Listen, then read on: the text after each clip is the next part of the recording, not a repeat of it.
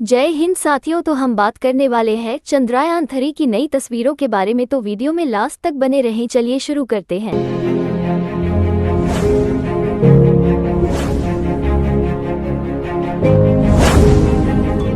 चंद्रयान-3 ने फिर से भेजी पहले से ज्यादा भयानक फोटो और चांद का वीडियो।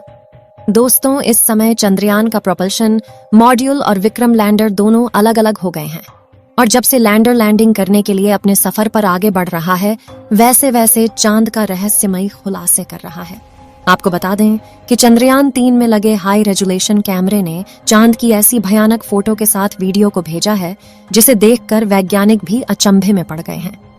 साथ ही चंद्रयान-3 के लैंडर ने इसरो के पास ऐसा मैसेज भेजा है जिसे देखने के बाद इसरो के वैज्ञानिकों को भी अपने कारनामों पर यकीन नहीं हो रहा है। चंद्रयान-3 द्वारा भेजी गई तस्वीरों को दिखाने से पहले हम आपको कुछ जानकारियां देते हैं।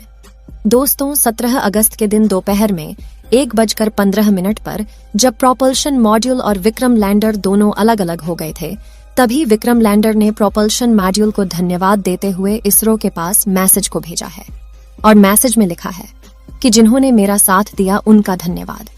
आपको जानकारी के लिए बता दें कि यह मैसेज विक्रम लैंडर ने इसरो के वैज्ञानिकों के पास भेजा है, जिसकी जानकारी इसरो के वैज्ञानिकों ने ट्वीट के माध्यम से दे दिया है। 14 जुलाई को श्रीहरिकोटा से रवाना होने के बाद चंद्रयान-3 ने 3 हफ्तों में कई चरणों को पार किया। चंद्रयान-3 के प्रोपल्शन मॉड्यूल और विक्रम लैंडर के अलग होने के बाद विक्रम लैंडर की डी बूस्टिंग के पहले चरण को 18 अगस्त के दिन चालू कर दिया गया। चंद्रयान-3 के लैंडर की डी बूस्टिंग की जाएगी, यानी स्पीड को धीरे धीरे कम किया जाएगा। लेकिन दोस्तों, यह प्रक्रिया इतनी आसान नहीं है। अभी तक के सबसे कठिन कामों में से यह काम एक है जिसके लिए वैज्ञानिकों को काफी ज्यादा सावधानी बरतनी होती है। साथ ही आपको बता दें कि लैंडिंग के समय इसका AI यानी इसमें लगे आर्टिफिशियल इंटेलिजेंस खुद ही निर्णय लेगा कि चंद्रयान-3 को कहां पर लैंडिंग करना है। इसमें लगा आर्टिफिशियल इंटेलिजेंस इसमें लगे सेंसर और कैमरों के माध्यम से जानकारी लेता रहेगा और उसी जानकारी के माध्यम से वह तय करेगा कि उसे लैंडिंग कहां पर करना है।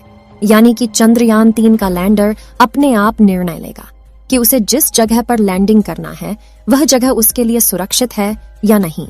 यदि चंद्रयान-3 का लैंडर विक्रम किसी असुरक्षित जगह यानी किसी गड्ढे या फिर ज्यादा ऊबड़ खाबड़ सतह पर लैंडिंग करने वाला होगा, तो उसमें लगा AI सिस्टम उसे उस जगह से दूसरी जगह ले जाकर सुरक्षित लैंडिंग कराएगा। हम कह सकते हैं कि इस बार चंद्रयान-3 के सफल होने के चांसेस 100% है।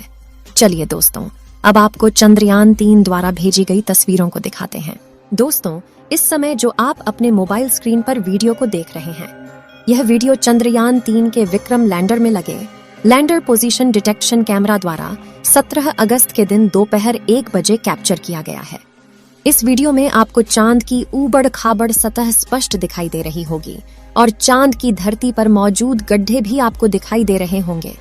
अगर हमारा चंद्रयान-3 रूस के लूना 25 से पहले चांद पर उतर जाता है तो हमारा देश चांद के दक्षिणी ध्रुव पर उतरने वाला दुनिया का पहला देश बन जाएगा। लेकिन ऐसा होना काफी मुश्किल है क्योंकि रूस की रोज कॉस्मोस स्पेस एजेंसी ने लूना 25 को चंद्रयान से पहले उतारने का दावा किया है। अगर रूस का लूना 25 सही सलामत रहा तो वह चांद पर 22 अगस्त को सफलतापूर्वक सॉफ्ट लैंडिंग कर जाएगा। लेकिन यदि लूना 25 के साथ कुछ दिक्कतें आती हैं तो हमारा चंद्रयान 23 अगस्त को शाम 5:27 पर चांद की सतह पर सफलतापूर्वक लैंडिंग करेगा। और अगर ऐसा हो गया तो हमारा देश चांद के दक्षिणी ध्रुव पर उतरने वाला दुनिया का पहला देश बन जाएगा। लेकिन यही आखिरी पड़ाव इस पूरे मिशन का सबसे मुश्किल पार्ट है। यहाँ तक हमारा चंद्रयान-2 भी इसी स्टेप पर आकर फेल हो गया था। लेकिन सवाल ये उठता है कि चांद की दुनिया इतनी खतरनाक क्यों है। इसे थोड़ा गहराई से समझते हैं। दोस्तों, हमसे 3,84,400 किलोमीटर की दूरी पर मौजूद चंद्रमा हमारी पृथ्वी का एकमात्र प्राकृतिक उपग्रह है। धरती से देखने पर यह भले ही हमें गोल नजर आता हो, लेकिन हकीकत में यह भी पृथ्वी की तरह थोड़ा अंडाकार है। चांद का वायुमंडल बहुत ज्यादा पतला है और यह हीलियम, आर्गन, सोडियम और पोटेशियम से मिलकर बना है। चांद पर पानी भी मौजूद है, जिसकी खोज साल 2009 में हमारे चंद्रयान-1 ने सबसे पहले की थी। लेकिन यह पानी पृथ्वी की तरह लिक्विड फॉर्म में नहीं है। बल्कि चांद पर यह बर्फ के छोटे छोटे टुकड़ों में मौजूद है। आपको शायद इस बात पर यकीन न हो, लेकिन चंद्रमा हमारी नींद पर भी खास असर डालता है और यह बात एक रिसर्च में साबित हो चुकी है। दरअसल 8 से 10 साल पहले स्विट्जरलैंड के बेसल विश्वविद्यालय में यह खोज की गई थी कि अमावस की रात में लोग ज्यादा गहरी नींद सोते हैं, जबकि पूर्णिमा की रात उन्हें नींद इतनी अच्छी नहीं आ पाती। अब इसकी वजह क्या है? यह सवाल अभी भी वैज्ञानिकों के लिए एक रहस्य बना हुआ है। आपने बहुत बार सुना होगा कि चांद पर बड़े बड़े गड्ढे मौजूद हैं, लेकिन इन सभी में सबसे ज्यादा बड़े और गहरे गड्ढे चांद के दक्षिणी ध्रुव पर है और चंद्रयान 3 के विक्रम लैंडर को यहीं पर उतरना है। साथ ही इस इलाके में गड्ढे भी सबसे ज्यादा है।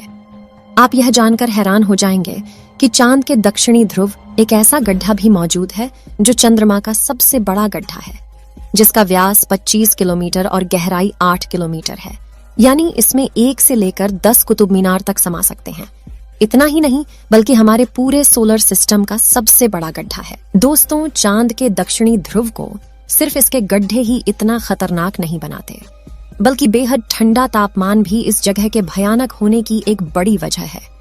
असल में इस इलाके में कभी भी धूप नहीं पड़ती, जिसके चलते यहाँ कुछ हिस्सों का तापमान -50 डिग्री सेल्सियस तक पहुंच जाता है। ऐसे में कोई नहीं जानता कि यहाँ कौन से रहस्य छुपे हुए हैं।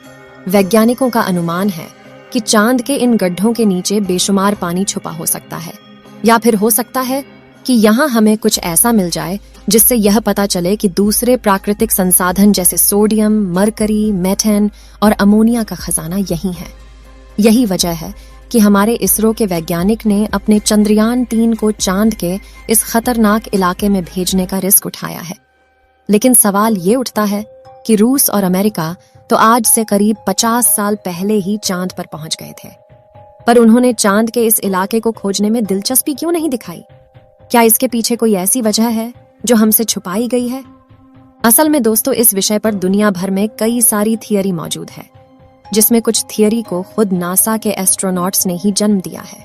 1969 और 1972 के बीच अपने अपोलो प्रोग्राम के तहत नासा ने कुल 12 अंतरिक्ष यात्री यानी एस्ट्रोनॉट्स वैज्ञानिकों को चांद पर भेजा था, और उनमें से कई एस्ट्रोनॉट्स चांद के अंधेरी दुनिया के बारे में हैरान कर देने वाला खुलासा कर चुके हैं। कुछ ने तो चांद पर एलियंस के मौजूद होने की बात भी कही थी, और लोग कहते हैं कि नासा ने 1972 के बाद अब तक इसीलिए कोई मून मिशन नहीं भेजा, क्योंकि उसको चांद की दुनिया के यह गहरे राज पता चल गए थे।